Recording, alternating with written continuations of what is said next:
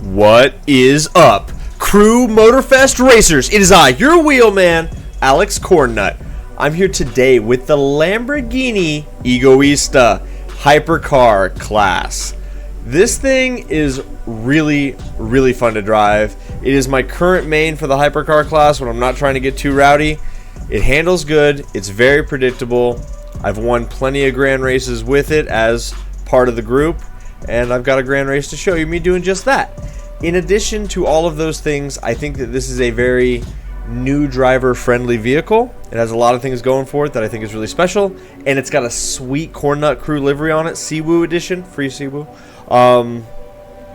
Let's dig into it. Let me show you what I got. I'll walk you through some of my testing methodology as well, so that way we can all get on the same page. I don't just throw a tune on the car and then go with it. The reason I haven't released a lot of tunes yet is because I race with them and tweak them and then have other guys work with me on those tunes to make sure that we are all pretty happy with it before I bring it to you, because I'm not going to release mids.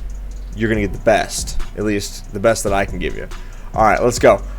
Forgive me while the screen goes black because OBS and Crew 2 don't really communicate all that well. Anyway, okay, digging into this vehicle, the pro settings. Actually, let me start with the visualized side of things because I think a lot of people want to know what you can do with the cars. There's a lot of visual parts you can do. There's 6 different hoods, a couple different front bumpers. They kind of just changed a little bit of the air inductions and stuff. Fenders, you can go wide body kit or not. This is like an airplane. It's kind of wild. So there is a lot of things you can do. This is a customizable car, which I think is pretty sweet. And then if you're going to go get yourself a livery, make sure you pick up that custom Cornnut crew livery. We've got a couple of those out there, so that way you're repping the best YouTuber in the Crew Motorfest, even if everybody doesn't know it yet. We've got 2 there. OMG Surfy, or Surfy Raps, is the livery designer. He's awesome. He's part of the crew, and he's been doing these for us. So there's a couple different ones on there depending on what you're looking for. Alright, let's dig into the pro settings. Pro settings for this car, final drive, we're leaving that all the way long. If you're in a drafting scenario, in the grand race, which is PvP, that's what I do the most. That's what I usually set these cars up for. So that way, competing against real dudes. Power distribution, I'm fading it to the rear. We are 25% front, and then all the rest of the 75% power is going to those rear wheels. It allows the car to rotate a little bit better, but still gives you all the good characteristics of an all-wheel drive vehicle for when you're cutting through the dirt. It's another thing I think makes this car really good. Grip front, grip rear, that's 100% on both. Brake balance, I always fade that to the front. When you load up the front wheels going on approach into a corner, it puts all of the weight of the car on the 2 wheels that have the biggest brakes, also stops you the fastest, and puts the weight on the steering tires, so that way when you turn into the corner, you've got all the weight there and it turns in really good. That's what we do in real life car racing and motorcycle racing, so it applies and translates pretty well to the Crew Motorfest as well. So shout out to Ubisoft for like actually getting their shit straight. Brake power 100% always, all the time. Aero, I'm keeping that high. I don't like messing with the aero. I think having it all the way up to give that car as much downforce as possible once you're cruising is pretty sturdy. I've yet to find a car where I like taking that down, but I do mess with those things. Alright, for the suspension and the springs, I felt the car was a little stiff when I got the stock version. Guys, if you drive this car stock with no tune, I still think you're going to like it. It's a pretty good car. All I'm doing here is changing a few things to make it take curbs a little better, turn in a little easier, and rotate a little bit when you're full power in the low speed corners in case you need to get out of trouble or need to slide into somebody sideways and get into a wall, you know what I'm saying? Alright, so springs in the front, I'm -3, springs in the rear, -2. Damper and compression, that is, well, I could go through a lot of explanations, but at the end of the day, we're softening that up so that way there's not as much compression. It allows the springs to go down a little faster. It allows the car to settle when you turn. So we're -4 in the front and -3 in the rear. Because our compression is a little softer, we want the car to return to its normal state where the suspension's neutral as fast as possible. So I've bumped up rebound in the front and rebound in the rear. So you're +3% rebound front, +2% rebound in the rear. Anti-roll bars. This is a big thing. By changing these around a little bit, we go softer in the front so that way when you turn, the car tilts in. It's going to put a lot of that weight into that outside tire, giving you a lot of grip there. ARB rear, we stiffen that up a lot so that way it keeps both tires on the ground when you're turning, so that way you've got at least 3 tires on the ground. By setting it up this way, it allows the car to rotate a little bit. I think that's pretty sturdy. I'm very happy with it. So it's minus 10 front, plus 10 in the rear. And then camber. I cambered the car out a little bit to give it just a little bit more turning and give it a little more agility. So minus 12 or minus 0.12 in the front, and then minus 0.18 in the rear. That is going to be the Pro Tune for the Lamborghini Egoista.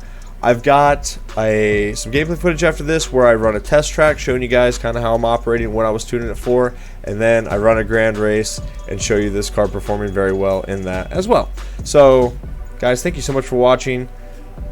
Hit the like button, get this in front of some other people. I'm new in the motor space or the cruise space. Not a lot of people know about me, and you can help me by smashing that like button, and you can help yourself by hitting the subscribe button, so that way when I release a tune, if you think they're good, you'll already be on the scene and you'll have a good one for that car. You guys have a great rest of your day. We'll see you next time. Bye-bye. This is my test bed. It's Creating a Legend. It's in the Lamborghini playlist. I like this track because it's a couple of minutes long for 2 laps, so there's a amount of consistency that I can keep on that. In addition to that, it's easy to keep the pretty similar lines, so when I make changes, I know if they were good or not. In addition to that, it's all flat corners with some curb hopping and hanging 2 tires in the dirt, so I can kind of test a multitude of different things that I need the car to do, because when you get into a grand race format, there's a lot of different routes you can end up taking depending on what part of the track the grand race decides to throw at you for that hypercar. And so being able to test here kind of gives me a jack of all trades perspective on what the car is going to do in a racing environment situation, and that's why I go here and do that. The difficulty options that I like to use, I like to go hardest difficulty on the AI, guidance is off, everything else is off, rewind and nitro is off. I turn nitro off for my testing, so that way if I'm boosting better on one lap versus the other, that translates to a faster lap time potentially. If I decide to use it to get out of trouble or whatever, it's kind of a crutch. In the grand race, it's awesome. But in a testing environment, I want to take as much human error or elements out as possible. And so me having to modulate that nitro, use it appropriately, let it build back up to use it in the right spots, there's a lot of variable there. If I can take that out, it makes my lap times a little more consistent, and when you're testing, setting up settings like I do for you guys, I want to try to be as consistent as possible so my methodology is as scientific as I possibly can get. Cockpit view, I run a sequential gearbox. You'll see me shifting with the buttons here. I run traction control on sport. I think that's pretty sweet. I know a lot of guys run comfort. Either one of those is going to be good with this car. I don't know how it goes with off because I really don't play that. And then ABS is on, and then counter steering, ESP, and drift are all off. So I really eliminate as much of the nannies and the extra stuff that the game can do to make the cars feel more stable. So that way I know the tune for the car is set up as good as I can get it with all the assists off. And then when you get in, if you run with assists on, it's just going to be, you know, a little easier to drive potentially. So about a 220 to a 222 is kind of where I do when I'm doing decent laps without much mistakes, and I don't get hung up by the AI too bad. Setting up the car now, it feels really good. You'll see that it does rotate in. I can brake on entry, kind of cut the dirt right there. I like that, keeps the car real stable. Some cars get pretty buck wild when you go through the dirt. This isn't one of them. That's why I bring it to you guys as one of the first hypercar builds I'm going to do, because I think a lot of people are going to be looking for a decent hypercar for the grand race. And I think that from maybe a new player or a beginner standpoint, this has got a lot of appeal. So we get on the brakes there. It stops really great. You guys will see that it soaks up the curbs, soaks up the dirt. You can go full speed through the dirt and not have to really worry about it. I mean, even though we've got a lot of the power faded to the back of the vehicle. Oh, that guy ate us. Okay, so we just lost about a second and a half. We're probably looking down the barrel of a 222 right now, if I don't make any more mistakes. You see the car hops a little bit there. I tuned that out at one point, but in the process of doing that, it made the car pretty rowdy where it would rotate and drift on you. And if you're drifting, you're not accelerating. So there is a happy medium there where you want to have both. Like I said, I like this turn because I can hang a couple tires in the dirt and see how it's going to handle for me. It does quite well on braking. corner entry.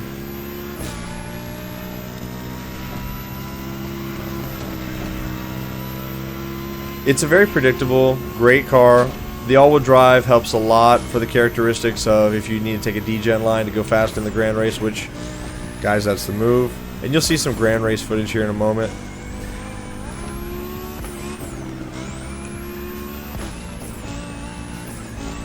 As we come through the last couple corners here, you'll see that I'm really using the curbs a lot. And I do that specifically because I want to see how the car is going to feel, and that's why I like this track. Because if you're going over bumps, you're cutting through parking lots, you're doing all kinds of crazy stuff in the Grand Race, you need the car to be predictable. You need to know what it's going to do. And so right there, 222, pretty much called it dead or even earlier. Like I said, I'm pretty consistent on this track. That's not my best time on this track at all, but I think that this setup is a very consistent, easy to drive setup. It's a good car. It's got some decent top speed. It's got decent power. It handles good. It looks insane. And you can get that Cornnut crew wrap on it by OMG Surfy, so like, why not? Alright, let me show you some Grand Race footage. Alrighty. Figure I'll give you guys a Grand Race, and I might change the format of the videos as we go along, but for now, I showed you kind of what the car did on the test bed of the test track, and then this is a full Grand Race that's got an opportunity to drive that car as well, so...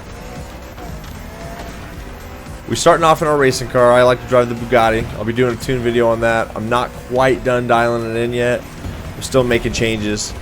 I plan to bring you guys builds or setups when I'm done tweaking. When I'm got the car locked in, I'm like, yo, that's awesome. I don't ever need to touch this car again. And that's when I'll bring you guys that. Because I don't want to bring you guys a build and then it changes, you know? Because then I have to do an updated video, or people will be like, hey, my car doesn't do that, Alex. And so we just avoid that altogether. Hanging two tires in the dirt as we do out here. The Ferrari FXXK is a very good car. I like it a lot. It was my main when I was doing touring cars. You guys probably see behind me, we've got my TV. We got a guy on the PS5. We're full Motorfest at the house right now. A couple of the guys from the Cornnut crew came and stayed with me this week so we could play the game during launch. It's been a lot of fun. So going up that hill, I just got out of the throttle. I didn't hit the brakes. I just hung two tires in the dirt. And see how much time we made up on that, dude? If you guys are setting yourself up for success and you're hanging the car towards the inside of all the turns, you're going to find yourself... See, and that's the difference between the FXXK and the Bugatti. The Bugatti being all-wheel drive soaks up the dirt, no problem. It's kind of the same deal with the Egoista. Being all-wheel drive makes it really planted, very easy to drive, and that's kind of why I bring these cars to you. We'll get more risky, faster cars as we go along, but for now, in the early stages, ooh, not enough brakes.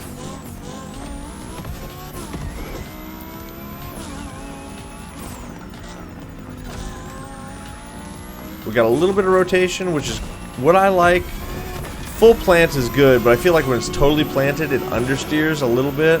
So I'd rather know that I can punch the throttle and rotate the car if I have to. Well, like, it's got a good top speed, carries its own through here. I'm not going to lie to you, there's cars that have far higher top speeds with it. But you'll see that I can hang two tires in the dirt, get on the brakes, and it just hooks around these corners really well when I do that.